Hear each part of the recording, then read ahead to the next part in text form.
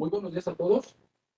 Vamos a dar inicio a la presentación del libro Sistemas de Información Delictiva, como parte del programa Un libro, un autor y experiencias compartidas. El día de hoy tenemos a un invitado sobresaliente, al maestro Arturo Arango Durán, quien compartirá su amplia experiencia en el campo del análisis delictivo en sus más de 30 años en dicha labor. Su currículum es muy amplio, por lo que me permitiré referir algo de su destacada trayectoria. Es el creador del sistema de análisis predictivo del delito para asignación dinámica de patrullaje. Es director de Crimipol, página de contenido policial y criminológico, vicepresidente de International Observatory of Computer Crime, con más de 30 años de experiencia en el manejo de información estadística social y demográfica. Es experto en seguridad pública, diseño y elaboración de encuestas, evaluación de programas, estadística criminal, social, demográfica y de finanzas públicas. Ha sido profesor en el INACIPE, Universidad Autónoma Metropolitana, Universidad Nacional Autónoma de México, en el CIDE, en el Tecnológico de Monterrey, en la Universidad Iberoamericana, en el Secretariado Ejecutivo del Sistema Nacional de Seguridad Pública, entre otras instituciones académicas y organismos oficiales. Conferencista en México y en el extranjero.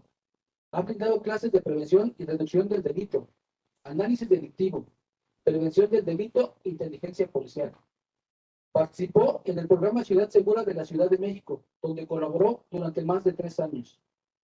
Ha realizado más de 35 documentos académicos publicados por Tyrant Loveland, por la Universidad Autónoma Metropolitana, McGraw-Hill, Universidad de California en San Diego y el INACIPE, entre otros. De acuerdo al sitio academy.edu, su trabajo ha sido citado por otros autores más de 2.500 veces. Colaboró también con el Programa de Naciones Unidas para el Desarrollo PNUD Guatemala como consultor en la implementación del sistema de información y conflictividad social con tableros de control, dentro del proyecto Fortalecimiento de las capacidades institucionales del Ministerio de Gobernación para garantizar la seguridad y promover la cultura de paz. El maestro Arango es un destacado integrante de Fraternitas Securitas, grupo de análisis sobre temas de seguridad integral. Para dar inicio a la presentación, el comisario jefe, maestro Gerardo Reyes Salvador, director general de profesionalización, realizará la exposición de motivos, a quien le cedo la palabra. Estimado amigo y colega Arturo Arango Durán, un gusto contarte entre nosotros, gracias a tu casa el día de hoy. Estimadas compañeras y compañeros que participan en la presentación de este libro y a quienes nos siguen en las redes sociodigitales de la institución, sean todos bienvenidos. En primer término, transmito a ustedes un saludo de nuestro comisionado, el maestro Manuel de Jesús Espino Barrientos. Me permitiré, a manera de preámbulo, comentar lo siguiente. Uno de los objetivos principales de las instituciones de seguridad ha sido la generación de un análisis criminal más eficaz, en especial aquellas que tienen un rol relevante en materia de prevención y persecución penal. Esto debido a que tanto las policías o fuerzas de seguridad, los órganos persecutores o ministerios públicos, así como los gobiernos federal y locales, precisan fortalecer en esta labor para asegurar mayor éxito ante el avance del delito y la violencia en la sociedad. Promover el análisis delictivo es prioritario, además de necesario, ya que en los últimos años la percepción de inseguridad ha crecido. El porcentaje de personas que afirma que la seguridad es uno de los problemas más importantes a abordar crece del 28.9 al 32.5%. En este sentido, las estrategias que logran dar respuestas eficaces a los problemas asociados ante la inseguridad deben ser capaces de articular a los actores involucrados en su entorno, focalizar, monitorear y evaluar sus intervenciones. En los últimos años, la innovación y la capacidad de generar sinergia entre actores e instituciones de seguridad y de justicia son claves. El análisis delictivo es ciencia del delito y, como tal, una valiosa herramienta que apoya la oportuna toma de decisiones en distintos niveles. Los estudiosos de la criminología creemos comprenderlo así, Sin embargo, no se trata únicamente de generar información criminológica, es también gestión para actuar proactivamente. En este sentido, la capacidad de análisis es fundamental para generar condiciones intra y extrainstitucionales adecuadas y para una óptima gestión de información, modelos de trabajo, creación de unidades de análisis y flujos, protocolos de tratamiento, criterios de evaluación y estándares de calidad.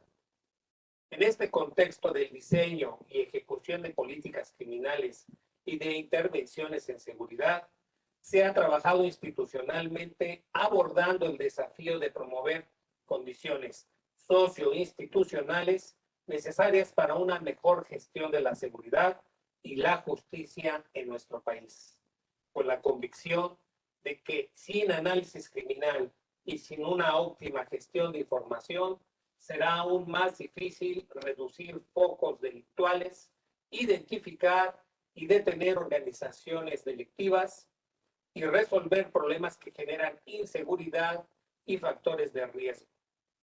En esta ocasión, nuestro amigo y colega Arturo Arango Durán, a quien el maestro Manuel de Jesús Espino Barrientos le hace llegar por mi conducto un fraternal saludo.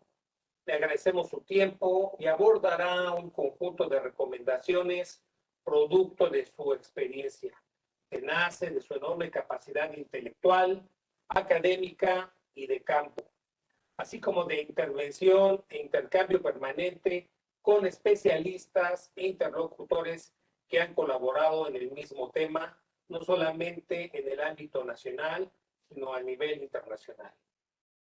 Nuestro ponente nos compartirá una visión para acercarnos a la necesidad de establecer un diagnóstico transversal en la identificación de nudos críticos y el señalamiento de prioridades para la generación de condiciones técnicas y climas en las organizaciones que ayuden al análisis del delito, asentando contextos institucionales que maximicen su valor.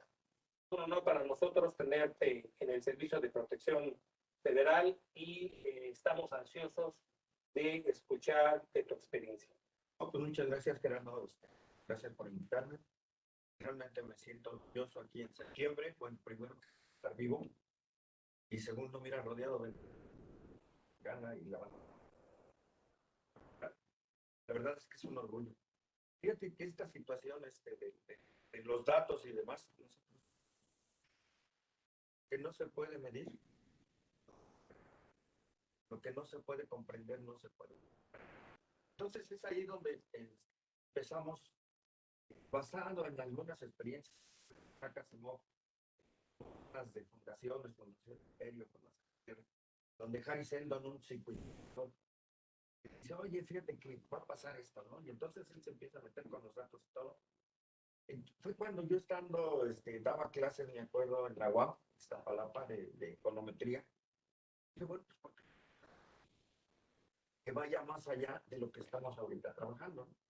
Casualmente salgo de la UAP y me invita en ese tiempo el gobernador Patrocinio González Garrido en Chiapas, y me voy como director a la Chiapas. Y es ahí donde en 1989 hacemos el primer tema informativa del país. Digo, muy naive, si tú quieres, utilizábamos Lotus 1, 2, 3 y las cositas ahí, pero ya empezamos a automatizar el fenómeno, ¿no? Y ahí nosotros, por evento, no por delito. Es decir, en este momento en el país se trabaja por delito, y así, si tenemos un delito de homicidio, por ejemplo, el del caso de los 72 muertos en San Fernando, curiosamente solo se registra un delito de homicidio con 72 víctimas. Y nosotros en Chiapas empezamos y sugerimos a que se trabajara por evento y que se trabajara en la contextualización y en la transversalización de los fenómenos, ¿no? Entonces, un delito o un evento en particular puede tener múltiples delitos. Esos múltiples delitos pueden tener múltiples víctimas, victimarios, y además pueden tener diferentes mecanismos con los cuales se puede medir, ¿no? Te pongo un ejemplo, suponiendo que tú vayas de Iztapalapa a Nesa, en un micro. Y hay 5 personas, cuando tú subes al micro, si los asaltan, ahí sería un delito, ¿no? Delito de asalto a 5 personas, pero nada más ponen uno, no a las 5 personas. Pero vamos a suponer que uno de los delincuentes que subieron 2 delincuentes, le gusta a una persona y le dice, pásate para atrás, te voy a violar. Entonces tú te paras, y dices, oye, no seas gacho, ya te robaron, déjalo ir. Y entonces el otro que trae la pistola te da un balazo, y entonces se da la violación, el disparo de arma de fuego, el uso de arma de fuego prohibida y la violación. Pero aquí vamos a complicar un poco las cosas. El delito de robo se da en Iztapalapa. El disparo de arma y la herida se da justo en los límites entre Iztapalapa y Nesa. Medio camino está en Iztapalapa y medio camino. Y la violación se da en Nesa. Entonces, cuando tú llegas a Nesa, el agente del Ministerio Público solo toma un delito. El más grave a juicio de él. Entonces vamos a suponer que sea la violación, entonces se le ocurrió una violación. Y quedan subsumidos los demás delitos, pero además tienes múltiples víctimas, porque hubo víctimas de robo, hubo víctima de lesiones, y hubo víctima de violación, y además hubo victimarios, porque uno nada más robó, el otro violó y robó, y el otro robó y te dio un balazo. Y además tenemos diferentes competencias, porque está la competencia de la Ciudad de México, donde ocurrió la violación.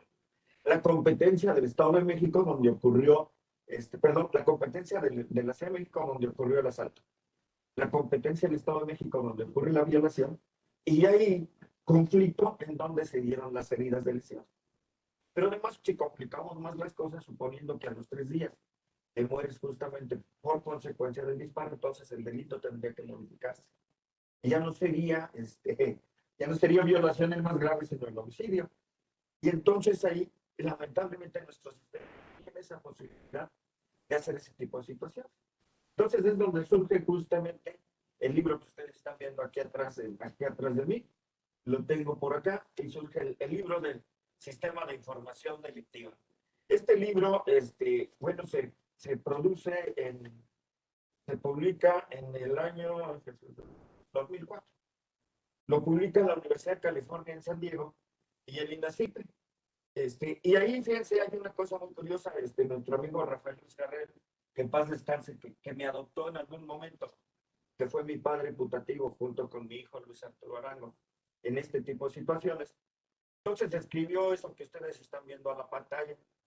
Lo voy a leer, me voy a permitir leerlo. Arturo Arango le ha prestado un gran servicio a la criminología mexicana al darse a la tarea de reunir en este libro disco, porque además el libro, o sea, no solo es el sistema, sino que se vendía con un disco en la parte de atrás. Entonces dice Rafael en este libro disco la mayor parte de las estadísticas sobre la delincuencia en nuestro país. Y Rafael en ese momento es muy claro. No hay, y no ha habido antes, una base de datos más completa y detallada sobre el número de averiguaciones previas abiertas, el volumen de los diversos tipos de delitos denunciados por mes y por entidad federativa, la proporción de presuntos responsables detenidos, la cantidad de personas sometidas a juicio o sobre el número de las que están en prisión. Y continúa, y ahí con este párrafo termino, el sistema de información delictiva que aquí se presenta, el CID, ofrece por primera vez los resultados obtenidos por el Sistema Nacional de Seguridad Pública, organismo que desde 1996 se ha dado a la tarea de reunir la información delictiva de los estados, tanto en lo que toca a las averiguaciones previas y los delitos denunciados, como en lo que se refiere al monto de las poblaciones carcelarias. Fíjate que ahí en el libro, o sea, ¿qué es lo que nosotros recopilar toda la información? Pero recopilar toda la información en ese tiempo era difícil, porque la información venía en libros muy gordos que publicaba el INEGI o en sistemas muy ocultos que publicaba la Procuraduría General de Justicia y demás, ¿no?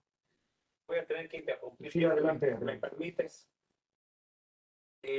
Tuve el gusto de coincidir con Arturo Arango, que hacía referencia al prólogo de su libro y el referente cronológico de 1996, que recién nacía el secretario ejecutivo del Sistema Nacional de Seguridad Pública. Prácticamente se estaba construyendo, estaba poniéndose el andamiaje del Sistema Nacional de Información sobre Seguridad Pública, del cual nos tocó en ese momento como parte integrante del propio secretariado, siendo el de la voz, director de evaluación y control de resultados del secretariado ejecutivo. En una reunión en 1998, si no me falla la memoria, fue que tuve el gusto de conocerte, era secretario ejecutivo del Sistema Estatal de Seguridad Pública en Morelos, el comisario Cesario Carvajal Guajardo, a quien le mandamos un fraternal saludo, desde luego. Y en una reunión de trabajo, precisamente en la sede del Secretariado Ejecutivo, nos conocimos y ya se daba un primer testimonio a los pocos meses, al escaso año de haber surgido el sistema de información del Secretario Ejecutivo, que en el estado de Morelos tenían muy buenos avances en el registro. En ese entonces apenas se empezaba a hablar del famoso QUIP, que ahora es tan habitual, todos lo portamos en nuestras identificaciones. En aquel entonces, y con motivo del Programa Nacional de Evaluación que teníamos a nuestro cargo, fue que se generaron los primeros 16,000 QUIPs en el país. Platícanos, porque recuerdo que Morelos era punta de lanza en el registro. Creo que ya tenían ustedes registrados en aquel entonces a todos los elementos. Sí, bueno, parte del libro, el libro empezó a fluir y empezamos a trabajar en Morelos desde Jorge Carriole. Luego ya con Cesario Carvajal, que era mi jefe. Entonces ya él nos dio todas las habilidades y capacidades técnicas, equipos nuevos y demás. Y entonces hicimos un sistema de información en Morelos que era en ese tiempo, me atrevo a decirlo, único en el país, ¿no? Porque además el libro contiene un sistema de información geográfica que fue realizado por un servidor. Ese sistema de información geográfica está en Excel. ¿Y por qué se hizo eso? Porque en ese tiempo y actualmente los sistemas de información geográfica lamentablemente son de caros. Una licencia anual para que la usen personalmente, pues te viene costando a lo mejor $7,000, $8,000, ¿no? Entonces, que tuviera la gente el acceso a esas cosas era muy difícil. Entonces nos dimos a la tarea. En ese tiempo me acuerdo que estaba yo estudiando en Ciencias de la Computación en la UAM Azcapotzalco. Dije, bueno, pues como parte de mi trabajo de tesis, voy a poner a hacer el sistema de información geográfica. Lamentablemente ahí por cuestiones de trabajo sí la terminé, pero nunca obtuve el grado ahí. Y entonces dije, bueno, pues vamos a usarla. Pero ya se usaba en Morelos ese sistema de información geográfica. Y justamente es ahí en Morelos donde en una reunión con Cesario Carvajal, cual le agradezco que en ese momento pues la vida nos haya conjuntado, es cuando conozco yo a Rafael Rescarret y me dice, oye, lo que tú traes en estadística, en sistema, bueno, ¿por qué no lo pones y lo difundes, no? Y van a aclarar que ya en ese tiempo, cuando yo estaba en Morelos, curiosamente, al estudiar informática siempre me tuvieron en puestos informáticos y tuve la oportunidad de trabajar en una secretaría, la Secretaría de Finanzas de la Ciudad de México, donde me llevaba ya muy bien con el secretario en ese tiempo, Antonio Ortiz. Y él me dio la oportunidad de estudiar una maestría en políticas en seguridad pública. Y entonces, independientemente de eso, pues yo decía, bueno, yo sí, soy buen técnico. Entonces me puse a extender mis sistemas y un día se me ocurrió llevarlos a McGraw Hill. Y los llevo a McGraw Hill le gustan y a partir de ahí, McGraw Hill tengo un contrato con ellos donde cedo los derechos de autor. Y se publica un libro de estadística, bueno, pues el material de estadística, luego álgebra, geometría, trigonometría, geometría analítica, cálculo diferencial, cálculo integral, como 10 materiales que me publica ahí McGraw Hill, ¿no? Y bueno, pues ya de ahí, con Rafael, Rafael algún día me dice que estás desperdiciando. Entonces surge una invitación o una propuesta a nivel nacional para hacer un contrato de un concurso de oposición a nivel nacional y gano una de las plazas en el libro. Y es entonces ahí donde yo propongo el libro. Y empezamos a trabajar en el libro, empezamos a trabajar con los sistemas, de ahí hubo una conferencia internacional donde David Shirk también escribe en el libro la presentación. David Shirk me invita a ir a California vamos a California, tengo la oportunidad de presentar parte del trabajo que ya estaba en ese momento ya terminado, ¿no? Ya estaba el libro, ya estaba el material y tiene la oportunidad de verlo. Y me dice, oye, ¿por qué el INACIPE no lo ha publicado? Es muy importante esto. Le digo, sí estoy en la lista de publicaciones, pero primero va fulano, sultano, y yo soy, él era el tercero o cuarto en la línea, ¿no? Y él me dice, no, dice, hay que publicarlo. Digo, oye, pero ¿cómo se va a publicar si yo estoy hasta que tenga el recurso del INACIPE? Me dice David Shirk, oye, ¿cuánto costaría? No sé, le digo, pues a lo mejor unos $10,000, $15,000 en ese tiempo, ¿no? Y en ese momento David Shirk saca el cheque, hace un cheque a nombre del INACIPE, y me manda un contrato ya establecido donde dices, el INACIPE firme que la Universidad de California va a pagar todo el libro, y la Universidad de California lo pagó. Y lo publicó, y no solo lo pagó y lo publicó, sino que además me comprometí con ellos y el INACIPE a que se tenían que dar presentaciones del libro y que el libro en las presentaciones iba a ser regalado porque lo habían pagado la universidad, ¿no? Y curiosamente, fíjate, dimos 4 presentaciones en el INACIPE con 15 días de diferencia entre una presentación. Me acuerdo, los que tengan la oportunidad de conocer el auditorio, pues caben unas 200 personas. Entonces tenía yo auditorio lleno y además en los salones estaba transmitiendo el libro, ¿no? La presentación. Y es cuando tengo oportunidad de conocer a muchos periodistas y demás. Y ya de ahí, bueno, pues el libro surge como el primer sistema. Me acuerdo de una cosa muy curiosa, un funcionario, que no quiero decir nombres, pero un funcionario me dice, oye, qué bueno está el libro, ¿no? ¿Por qué no vienes a verme y platicamos? Y le dije, no, pues sabe que la CIPE tiene ciertas reglas, pues por menos de la CIPE, y aquí platicamos porque como formaba parte de eso. Y parte de las preguntas que él tenía, independientemente de que, pues veía que sí era muy útil para definir y entender cómo en su momento se iban a hacer las cosas, su pregunta era, oye, ¿cómo lo hiciste? Conseguir tanta información que ni el propio sistema en ese momento contaba con ella, ¿no? Es decir, sí había información y ellos estaban trabajando. Y de hecho, ¿te acuerdas que en las reuniones hacíamos, platicábamos y avanzábamos? Pero lamentablemente ahí la parte burocrático, económico, administrativo. Y entonces yo con esto, con mi hijo Luis Arturo, escaneábamos las hojas, las tecleábamos y era un relajo, ¿no? Pero fíjate, este es el pasado. Porque el futuro, me gustaría, creo que ya andamos sobre. No, vamos bien. Vamos bien. A mí, si me permites hacer una acotación, precisamente refieres al maestro Ruiz Harrell, ya connotado criminólogo y victimólogo, ex jefe mío y maestro de muchas generaciones, Rodríguez Manzanera, refiriéndose al maestro Ruiz Harrell. Que Rodríguez Manzanera con Ruiz Harrell hicieron la presentación del otro libro. Una de las vacas sagradas. Así es. Un abrazo a Rodríguez. Rodríguez. En la materia, así es. Un abrazo al doctor Rodríguez Manzanera. El análisis criminológico, la vertiente académica, la visión matemática y el conocimiento sobre las políticas de seguridad pública que te llegaste a través platícanos cómo se articulan, ¿sí? De la mano de los avances en aplicaciones, ya muchas aplicaciones. Un referente también quizá de la prehistoria sería el famoso Mapinfo. Así ya muchas cuestiones que son referente histórico, me permitiría yo comentar en esos términos.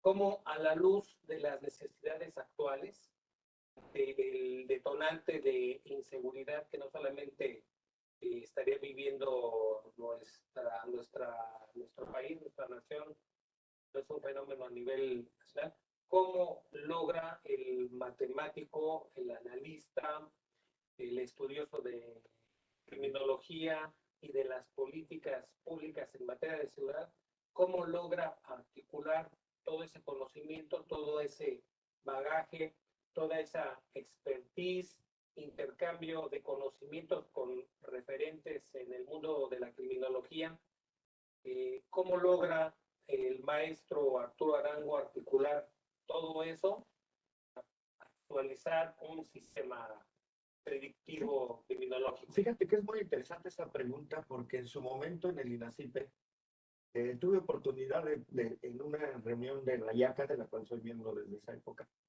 tuve oportunidad de conocer, bueno, entre otros, John Bailey, Marcos Felson, pero conocí a Ron Clark y John Eck, que fueron los que hicieron el libro de 55 pasos para hacer algo. Entonces, en el INACIPE, que por cierto ahí está el libro, yo fui el traductor. En el INACIPE, yo me tomo digo, pues no, ya lo tengo. Entonces yo hablo a la academia donde estaban en ese momento Ron Clark y John Eck. Les digo, oye, dame permiso para traducir tu libro porque me gusta mucho el esquema, ¿no?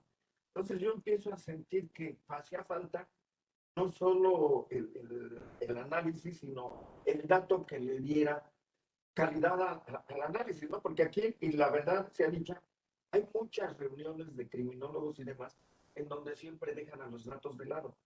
¿Por qué? Por desconocimiento o porque simplemente muchas veces no entienden. Entonces yo digo, bueno, vamos a mezclar esta situación del análisis de Ron Clark y el libro, ¿no? Y entonces me dan el permiso y yo voy más allá todavía. Escribo al Home Office en Inglaterra y le digo, fíjate que me gusta también cómo están ustedes enseñando. Me dan derechos también, tengo los derechos del Home Office para explotar su material y todo eso se va mezclando dentro del libro. Y además con MapInfo, yo entiendo que es muy caro el programa y es donde yo ya me meto a diseñar esquemas de información geográfica y que nos llevaran al detalle, ¿no? Entonces, por ejemplo, nosotros trabajamos con Z-Score, hacemos análisis, hacemos predicción del delito. De hecho, por ahí, en Nesa, en Guadalupe, Nuevo León, en Escobedo, Nuevo León, que es donde se ha puesto, o en el mismo Guatemala, donde trabajé, se hicieron esquemas y modelos de predicción del delito que me gustaría enseñar, que es ahora lo nuevo lo nuevo en el libro, ¿no? Porque lo que ustedes están viendo en el libro es el pasado, pero aquí si nosotros lo vemos, pues este es el presente, ¿no? ¿Y qué pasa ahora? Que todo lo que estaba en el libro en su momento se salió de la...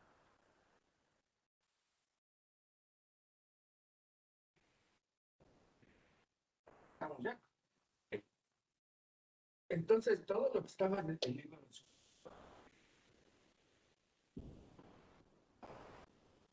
Voy a subir la computadora. Perdón, para que el ratón no se mueva tanto. Muevo esta aquí.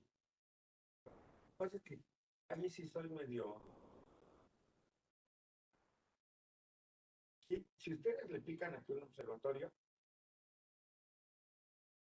entonces ustedes van a ver, realmente el libro en su momento nos fue llevando hacia otras cosas, pero observen aquí si le picamos nosotros, dice, todos los delitos, ahí ya casi todo el libro está concentrado y conjugado. En esta presentación en su momento, ¿cómo lo hago? ¿Cómo lo abro? Ya se está terminando, pero bueno, aquí ustedes en esta presentación pueden ver rápidamente cómo lo tenemos, podemos tomar un estado, un municipio, etcétera, y con base en eso, entonces empezar a jugar la data. Pero además aquí hay una cosa que es interesante. Esto en su momento, hacia abajo tiene pantallas y demás, que no. Perdón, no sé manejar esto, pero bueno, ahí está como quiera que sea de alguna manera el presente, ¿no? Entonces ustedes lo pueden estar jugando.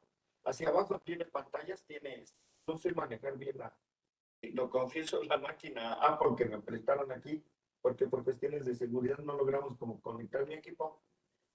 Pero aquí ustedes pueden ver y jugar y van a encontrar mapas, van a encontrar referentes, no sé cómo la pantalla.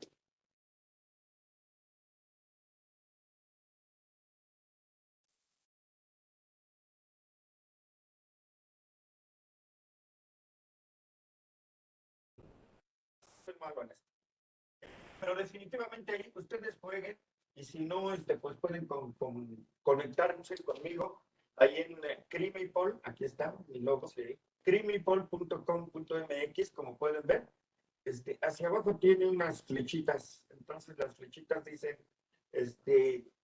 vete a la izquierda, vete a la derecha, y ustedes pueden jugar a tal nivel de detalle. De hecho, lo he estado presentando, y una periodista me acaba de hacer una invitación para presentar el sistema en 2 semanas. Espero que se pueda generar esto. Y además es interesante, porque esta periodista en su momento, pero ya hice otro libro en algún momento y me dedicó 1 hora de su tiempo en Canal 40, ¿no? En el 40, entonces me está invitando nuevamente a presentar este sistema en su programa, ¿no? Programa, por ahí tengo el nombre, pero me agarró el alemán en ese. El alemán, estaremos muy El atentos. Alzheimer, porque sí quiere que presente ese presente ahora, ¿no? Ella en su momento le gustó mucho mi libro que hice sobre un atlas delictivo del país, y entonces hizo un programa de 1 hora. Entonces se llama Ana María Salazar. Ana María Salazar. Ana María Salazar, a quien me está viendo, le mando un abrazo. Entonces ella ya hizo un programa de 1 hora sobre mi libro, sobre mi obra, y ahora me dice, oye, pues me gusta no el pasado, sino el futuro, y qué bueno que estás haciendo esto, me gustó mucho tu material, y la verdad, pues quiero presentar. Bueno, pues es toda una distinción para ti seguramente, que la persona de Ana María Salazar, que aparte de ser periodista, también es autora de algunos libros referentes en el tema de la seguridad. Así es. Y fíjate que es curioso porque, bueno, pues en su momento así se ha ido dando la historia, ¿no? También cuando me fui a Naciones Unidas, justamente por el libro, y algún día me invitaron y dijeron, oye, ya vi tu material. Y ahorita estamos con la Universidad Siglo XXI en Argentina, quien manda un saludo caluroso, argentinos que seguramente nos están observando, porque quieren que dé también ahí algunas cosas sobre el material. Y pues Aguascalientes, que espero que mañana tengamos una plática también. Esa plática no va a ser para mí, pero como siempre estamos junto con el INEGI intentando mejorar la situación del INEGI. Fuerte abrazo. Muy bien. Refiere el filósofo español Ortega y Gasset que el hombre es él y sus circunstancias. Y de manera curiosa, en esas circunstancias en las que específicamente en el ámbito de la seguridad, las situaciones nos van colocando en ciertos momentos en esa línea de tiempo para quienes ya hemos invertido en nuestra labor profesional específicamente en el tema de la seguridad. Yo refiero habitualmente que pareciera que este mundo de la seguridad es muy grande, pero terminamos encontrándonos muchos de nosotros.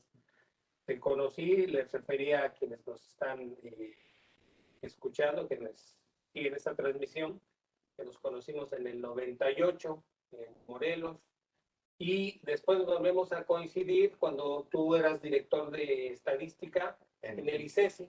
Así es. En el Instituto Ciudadano de Estudios sobre la Inseguridad. Donde cabe aclarar que yo organicé la tercera, cuarta, quinta y sextas encuestas internacionales de criminalidad y victimización. Y de hecho, con nuestros compañeros del INEGI es como empezaron ellos a hacer sus encuestas. Así es, y en ese entonces con nosotros andamos en temas de prevención del delito y participación ciudadana en la Secretaría de Seguridad Pública Federal, y nos volvemos a conectar a los pocos años en la Agencia Federal de Investigación. Así es. Ambos bajo el mando del almirante Robledo Madrid, en lo que será pues ya el último par de años de la Agencia Federal de Investigación, donde de nueva cuenta volviste a aportar todo este tema del análisis, del procesamiento de datos, del procesamiento de información, tan valioso para el tomador de decisiones. Así es. Y fíjate que ahí, cuando estaba en AFI, no sé si recuerdas que me invita Presidencia de la República a participar en los diálogos por la paz. Así es. Y es entonces donde yo formo parte del Consejo Técnico de Seguridad Nacional, Sí. del famoso Grupo Candado, y tuvimos la fortuna con otros compañeros de hacer la primera base de homicidios relacionados con delincuencia organizada, que fue presentada justamente en los diálogos por la paz. Me acuerdo que se sentaba el presidente, luego Fernández Menéndez, luego yo, y al final Genaro García López tiempo, ¿no? Digo, pues nos tocó esa circunstancia, esa historia, y ahí está y debió haber sido en el 2009, si la memoria no me falla, precisamente en una etapa de gran reclutamiento de la Policía Federal, donde volvemos a coincidir. Tú estabas en las aulas, en la Universidad Iberoamericana, Así es. dándole clase a los entonces cadetes de la Policía Federal, y es donde nos volvemos a encontrar. Pones en mis manos cómo ser un analista delictivo, que de entonces a la fecha puedo compartir con mis colaboradores. Eso es un buen Porque les refiero que en todo policía debe haber un analista delictivo. Por favor, platícales, compárteles sobre todo a nuestros compañeros del Servicio de Protección Federal, cómo es que en el desempeño habitual, cotidiano de nuestro trabajo, debemos ser un analista delictivo. La práctica. En la práctica. Mira, es muy importante esa situación porque si no logras entender tu entorno, si no logras contextualizar las situaciones, si no logras entender la transversalización que existe entre los distintos fenómenos y los quieres tomar en aislado, como aquí en algunas ocasiones. Por ejemplo, tenemos la Fiscalía Especializada en Atención al Robo de Vehículo, la Fiscalía Especializada en Atención a la Violación o los Delitos Sexuales. Retomando el ejemplo que puse, si detienes a esos delincuentes y que te asaltaron en el micro de Iztapalapa, y los detienes por violación, pero no puedes meterte con nosotros porque no tienes toda esa relación. Entonces es prudente e importante que tú aprendas toda esta situación. Es ahí donde la UNAM, fíjate, me invita a dar clases y donde tengo la oportunidad en su tiempo y en su momento de conocer a Jorge Amador, que es actualmente el director de la Dirección General de Seguridad Ciudadana en esa. Y Jorge Amador ve el libro y entonces manda a todos los compañeros policías a que tomaran mi clase en la UNAM. En ese tiempo duramos casi un año en la UNAM dando esa clase, no existía. Se nos ocurrió en algún momento, justamente porque yo soy representante, en algún momento en Alemania me invitan y hacemos un estudio justamente en Iztapalapa conjuntamente con la Universidad de California. Entonces me dicen, bueno, pues tú haces ese estudio y se nos ocurre proponer el diplomado, porque digo, pues parte del estudio es eso. La UNAM lo toma con entusiasmo, damos casi año y medio, 2 años, creo que ese diplomado, y ahí es donde conozco a Jorge Amador, todos los compañeros policías. Y además tengo la oportunidad de estar en Monterrey nuevamente, en Nuevo León, como director general de era esa situación. Digo que el Alzheimer me pega de repente, era el Sistema Estatal de Información sobre Seguridad Pública, y allá tenemos oportunidad de traer el modelo de policía de proximidad, justamente con este modelo.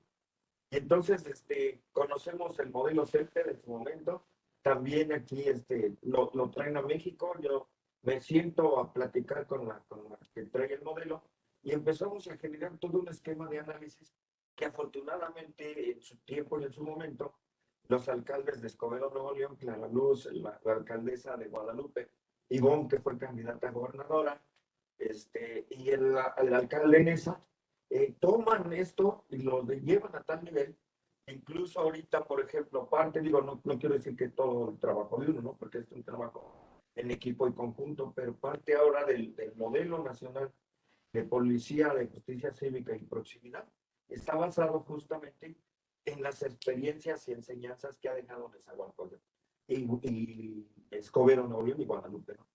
Entonces se ponen referentes de los cuales, pues orgullosamente lo comento y lo digo, pues nosotros trabajamos desde el principio. Mi general Lara, se me está viendo en Guadalupe, Clara Luz, un abrazo, y en Escobedo, Nuevo León, porque mi general está allá en Escobedo. Entonces hemos coincidido en España, hemos coincidido en múltiples sitios, justamente con esta situación. ¿Cómo ser una?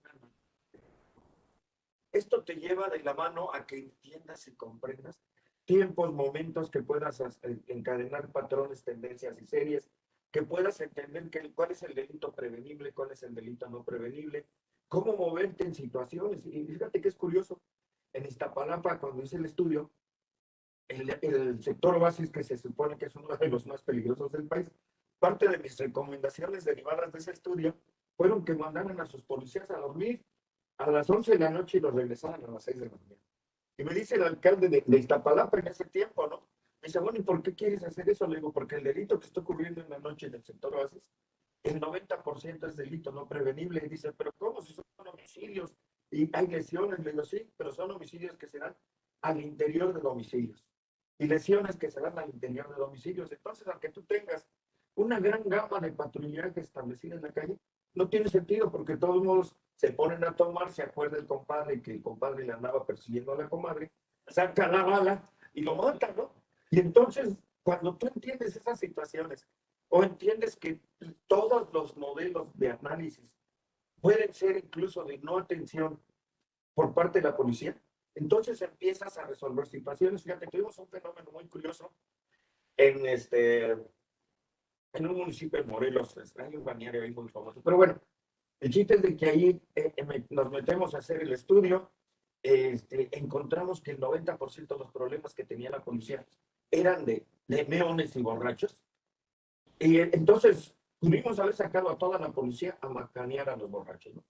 Faltas administrativas. Por faltas administrativas, pero decidimos entonces poner vírgenes de Guadalupe. Y hacíamos con los mismos policías, íbamos, ellos hacían la mano de obra y se ponía un altar a la Virgen de Guadalupe en donde los borrachos se juntaban. Con eso se acabó el problema, porque ahora eran los mismos borrachos los que evitaban que la gente se pusiera a tomar frente al altar o que se pusiera a orinar, ¿no? Y entonces ahí nosotros determinamos, por ejemplo, en Chiapas también justamente con esto nos invitan a hacer un estudio y encontramos que los robos a transeúnte alrededor del palacio ocurrieron más o menos en 10 cuadras a la redonda y venían de una localidad que se llamaba Patria Nueva. Entonces, en vez de macanear a los de Patria Nueva, mandamos a los mejores elementos bien vestiditos y encontramos que muchos de ellos venían de Centroamérica huyendo de las guerras y destinos. Y entonces lo que hicimos fue que ellos mismos, se hizo un programa de renovación de Patria Nueva porque no tenía calles pavimentadas, no tenía banquetas, no tenía drenajes. Y ellos mismos empezaron a rascar y obtuvimos dos cosas. Uno, garantizamos gobernabilidad. Dos, hicimos que la ciudadanía empezara a tomar amor por el territorio donde estaba viviendo, porque no los podíamos regresar a Centroamérica. Y tres, les dimos oportunidades y medios de vida, porque ellos cobraban un salario por rascar el hoyo, por meter la tubería y demás. Y la verdad son estudios y programas que hemos hecho y realizado. Con Regina, por ejemplo, tuvimos oportunidad de hacer un estudio en Mexicali, también en donde lo publicamos posteriormente, Regina y yo, pues está publicado por la UNAM. Y ese estudio nos llevó a las viviendas abandonadas. Y en lugar también de desalojar, bueno, propusimos un tema de social compartido entre el municipio y las personas. Y ahora me parece que Mexicali es un lugar que está, si no con mucha violencia, sí está contenido, porque son estudios que hemos realizado que nos llevan a determinar cómo nosotros podemos intervenir con modelos de no acción policial. Y entonces el policía que realmente se dedique ya a hacer lo que le toca cuando debe. Y tenemos un modelo, a partir de ahí desarrollamos un modelo mixto con José Luis Carqué en España, un modelo ecléctico, le llamamos, en donde tenemos un modelo de policía de 4 pisos, ¿no? Por el policía de proximidad, que está en la calle, el policía de reacción inmediata, que es el que atiende los fenómenos cuando se dan. Luego tenemos la policía de investigación, que es la que investiga el problema. Y finalmente el policía de análisis, que es el cuarto nivel, el cuarto piso. Entonces, con ese modelo ecléctico basado en CEPTES, basado en el modelo base que está en búsqueda, análisis, solución y evaluación, y basado en otras cuestiones que todas están en este libro de Ron Clark, que yo le he traducido por mí y por Juan Pablo Arango. Entonces, hemos logrado en los municipios que hemos intervenido, pues que por lo menos se contengan el delito. Muy bien, ya casi para despedirnos, platícanos brevemente, aprovechar esta última intervención para que nos digas dónde pueden conseguir libros. Platícanos muy brevemente de tu última participación. Por ahí hay una compilación, no me acuerdo, a cargo de Pedro Peñalosa. Así es, de tú intervienes con uno de los artículos. Así es, hice un artículo sobre el COVID y delincuencia organizada. Derivado de ese artículo me están invitando ahora en Europa a que dé una conferencia y me presente con un tema sobre la delincuencia organizada en México. Vamos a ver si lo hacemos, yo espero que sí. Pero además hay algo muy importante, por ejemplo, si este libro en donde participo con Martín Barrón Cruz, que en paz descanse, un compañero mío. En este libro, pues estamos simplemente, mira, está Luis Arroyo Zapatero, está Adolfo Cerretti y Roberto Cornelio, está Elías Carranza, Víctor Moreno, Heimer Ávila, Martín Barrón, María Eloísa Quintero, Jorge Figueiredo. O sea, realmente aquí estamos tratando con los mejores criminólogos. Y orgullosamente, pues mi nombre está en este libro, publicado en inglés, en francés y en español. Así es su defensa. O sea, estos libros los pueden conseguir en las librerías, en internet, o si no, pues nos piden la ubicación y nosotros les decimos dónde conseguirlos, ¿no? COVID y delincuencia. COVID y delincuencia organizada, Platícanos, con Pedro Peñalosa. Básicamente ahí el tema que yo desarrollo es que estamos en un modelo bipandémico y posiblemente tripandémico, ¿no? Es decir, tenemos la pandemia que genera problemas de salud y problemas de economía. Y entonces, ¿cómo tenemos que pasar ya de un modelo geopolítico en donde hay Estado, territorio, nación, a un Estado biopolítico y a un Estado tecnopolítico en donde ya el fenómeno del delito puede ser que se esté dando en Argentina el inicio y que esté terminando en la Ciudad de México? Y además tienes un problema que tenemos que garantizar cadenas de suministro. Entonces yo me meto con esa situación y explico cómo la delincuencia organizada bajo este esquema en donde estamos aislados organiza y tiene nuevos esquemas de distribución y demás, de tal manera que ellos salen muy fortalecidos.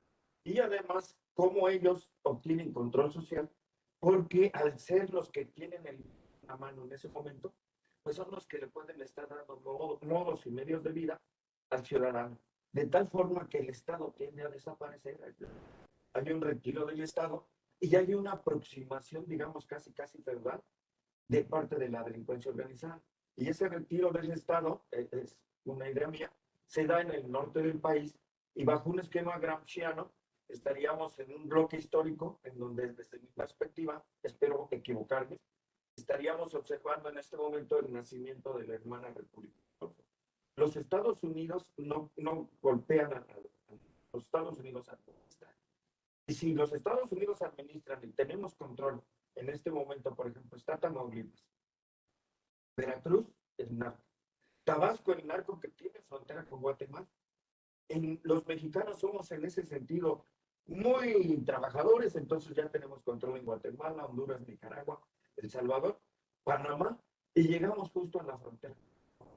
Entonces, en este momento, bajo ese esquema de narcotráfico y delincuencia organizada y delincuencia transnacional, cuando ellos tienen control del territorio, y tienen tanto control que incluso, yo lo dije en su momento en un estudio que debe andar por ahí, ellos tenían un C4 mucho mejor que el C4 en esos lugares, ¿no?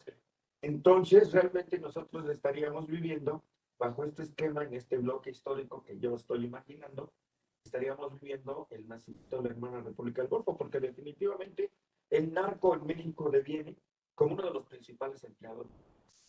Deviene como una pierna de la mesa que sostiene la economía, incluso por encima de los ingresos del petróleo, por encima de los ingresos derivados de las remesas y por encima del turismo. Y entonces ahora, cuando el gobierno quiere meterse a algún lugar en particular, se topa con esa situación.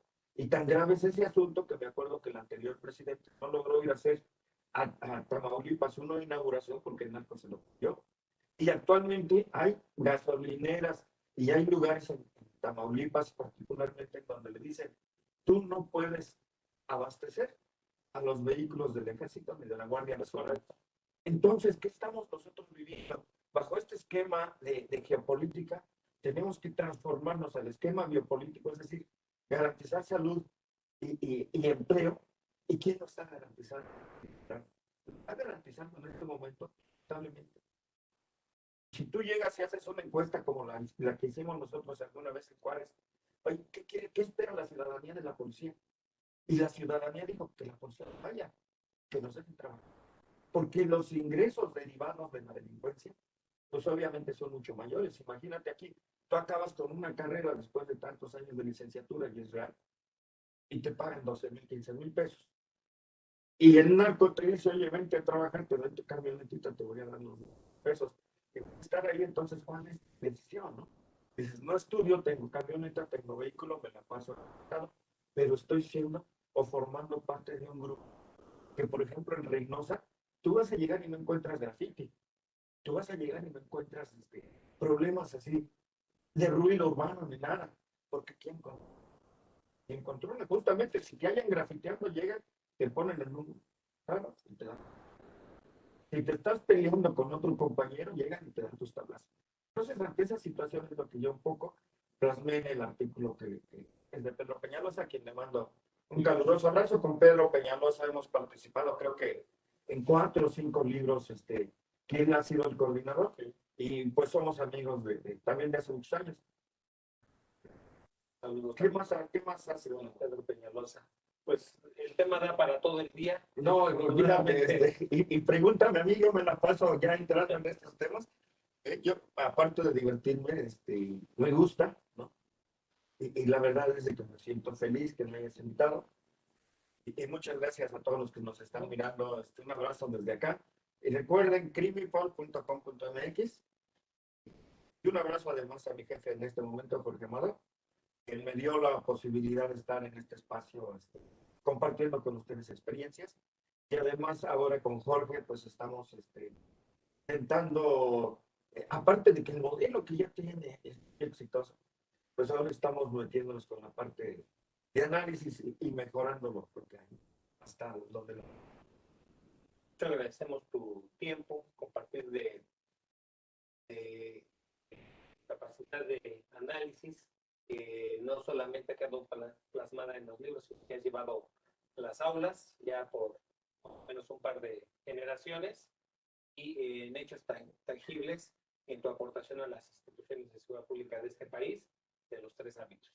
Gracias. Y es el caso de que ahorita recibimos de Protección Federal para que compartieras con todos nuestros compañeros y quienes nos siguen a través de dispositivos, y despedirnos, no sin antes aprovechar, van a poner en tus manos un obsequio de la institución. No, pues muchas gracias, compañero.